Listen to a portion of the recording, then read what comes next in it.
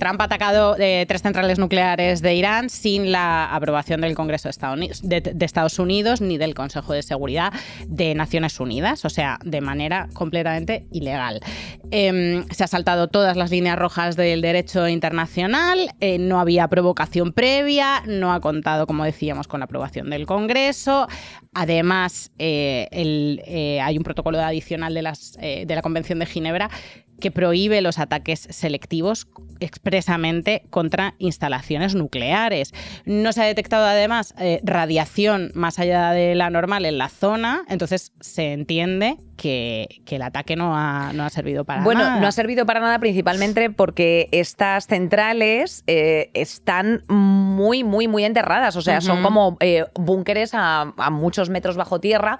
Entonces, claro, él en principio, bueno, pues los objetivos, porque yo este fin de semana, el domingo, me puse todo el rato al canal 24 horas de RTV, pues un poco para escuchar hablar a especialistas, y sí que es cierto que si bien había como dudas en relación a si esto se estaba haciendo para destruir como un poco la política y el régimen de los ayatolás, o efectivamente se quiere como derruir la capacidad de enriquecimiento nuclear iraní, bueno, pues al ser esos objetivos tan focalizados, ¿no?, hacia estos 3 puntos, pues puede ir más bien por esa línea. Esperemos que así sea. Luego, por otro lado, hay mucho miedo en relación a la respuesta de Irán, porque sí que es cierto que aunque en un primer momento dijeron que iba a ser contundente, la última hora, también esto lo estamos grabando lunes 23 de junio, por lo tanto no sabemos qué va a transcurrir los próximos días y por lo tanto seremos prudentes un poco en la información, es que Irán había solicitado un poco una mesa de negociación, o sea, o por lo menos un acercamiento de posturas, no una mesa de negociación, pero sí que, claro, el tema que tenemos ahora mismo abierta con la ONU es que Estados Unidos es parte del Consejo de Seguridad de la ONU también, o sea, no solamente es sillita, sino que tiene como doble voto, por así decir. Entonces, claro, no se va a resolver tan sencillo. ¿Cuál ha sido la respuesta de Europa ahora que hablas de la mesa de negociaciones? La mesa de negociaciones estaba en curso. Hay que recordar lo que ha pasado hace unos pocos días, y es que Israel, también sin provocación previa, atacó Teherán, mató a varios altos cargos militares. Ha empezado Israel. ¿Cuál ha sido la respuesta de Europa? Pues bastante ridícula, porque aunque ha sido Estados Unidos quien ha intervenido de manera unilateral, saltándose todos los protocolos militarmente, sin la autorización de su propio Congreso, von der Leyen ha hecho hincapié en el respeto al derecho internacional, sin mencionar a Estados Unidos, sino señalando a Irán como si fuera el culpable. Y desde Europa el relato es que hay que eliminar la capacidad nuclear de Irán, ¿no? Ahora y de la nada. Reino Unido ha admitido que sabía que en estas 2 semanas en las que... A ver, Trump dijo que se iba a pensar durante un par de semanas si atacaba o no a Irán.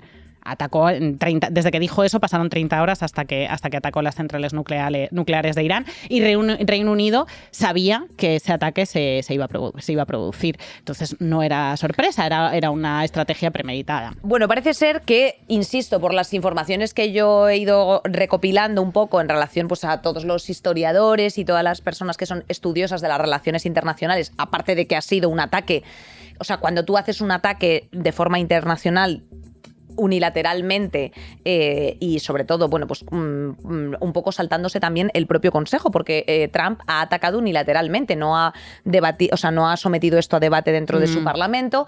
Pues claro, para empezar te estás saltando el derecho internacional, y luego importante también señalar un poco el contexto. ¿Qué consecuencia está teniendo que se esté atacando en estos momentos a Irán? Bueno, Irán ha cerrado el estrecho de Hormuz.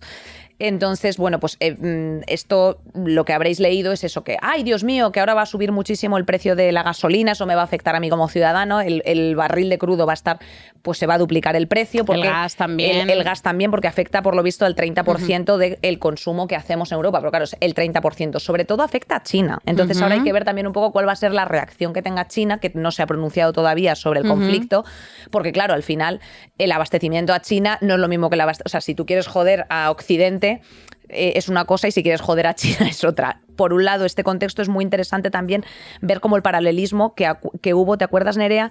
En el famoso momento de la Liga Árabe, de todo el oligopolio que se hizo, y que ahí sí que subió, o sea, y se jodió el 90% del consumo que teníamos en los años 90, creo que fue esto. Claro, pues un contrapeso. El contrapeso la guerra esta, el chantaje del petróleo. El chantaje del petróleo que fueron es bastante sencillo. Claro, o sea, como la historia de... Y que está en la motivación de lo que ha hecho Estados Unidos. El otro día vi un listado de países en los que ha intervenido para derrocar... Ya está hablando Trump del régimen, ¿no? Es importante el relato. Entonces veréis en las noticias que cuando se habla de Irán no se habla de gobierno, se habla de régimen.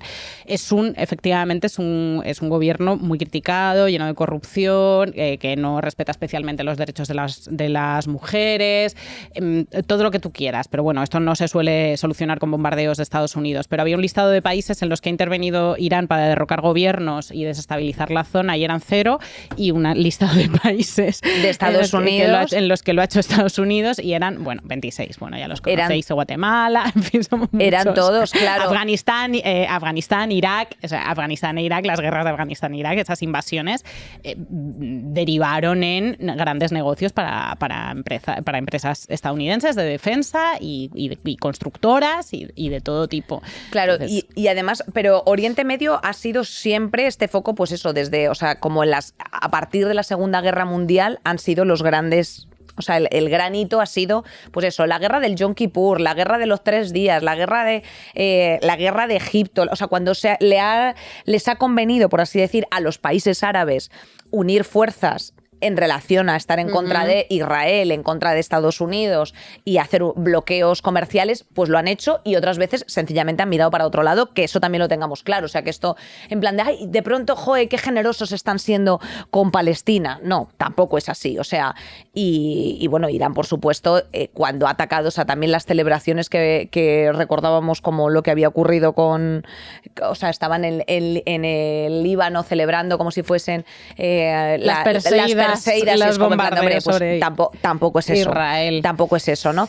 Pero sí que es cierto, Nerea, que bueno, que evidentemente pues a nosotros como ciudadanos, cómo nos va a afectar todo esto. O sea, hay desde luego un cambio de tendencia que tiene mucho que ver con la relación de la legalidad internacional. O sea, que es que ya si se lo estaba pasando por el forro Israel, si se lo está pasando ya por el forro también Estados Unidos, empieza a ser un poco más grave la cosa. Evidentemente va a tener consecuencias en los mercados. Las bolsas hoy se han visto desplomadas. Se lo pasa por el forro Estados Unidos con la connivencia de Europa, que decíamos al principio que Ursula von der Leyen ha dicho que lo más importante es desactivar la capacidad nuclear de Irán. Pues como sí que Irán estaba ahí también la semana pasada y la anterior, y nadie le ha atacado espontáneamente.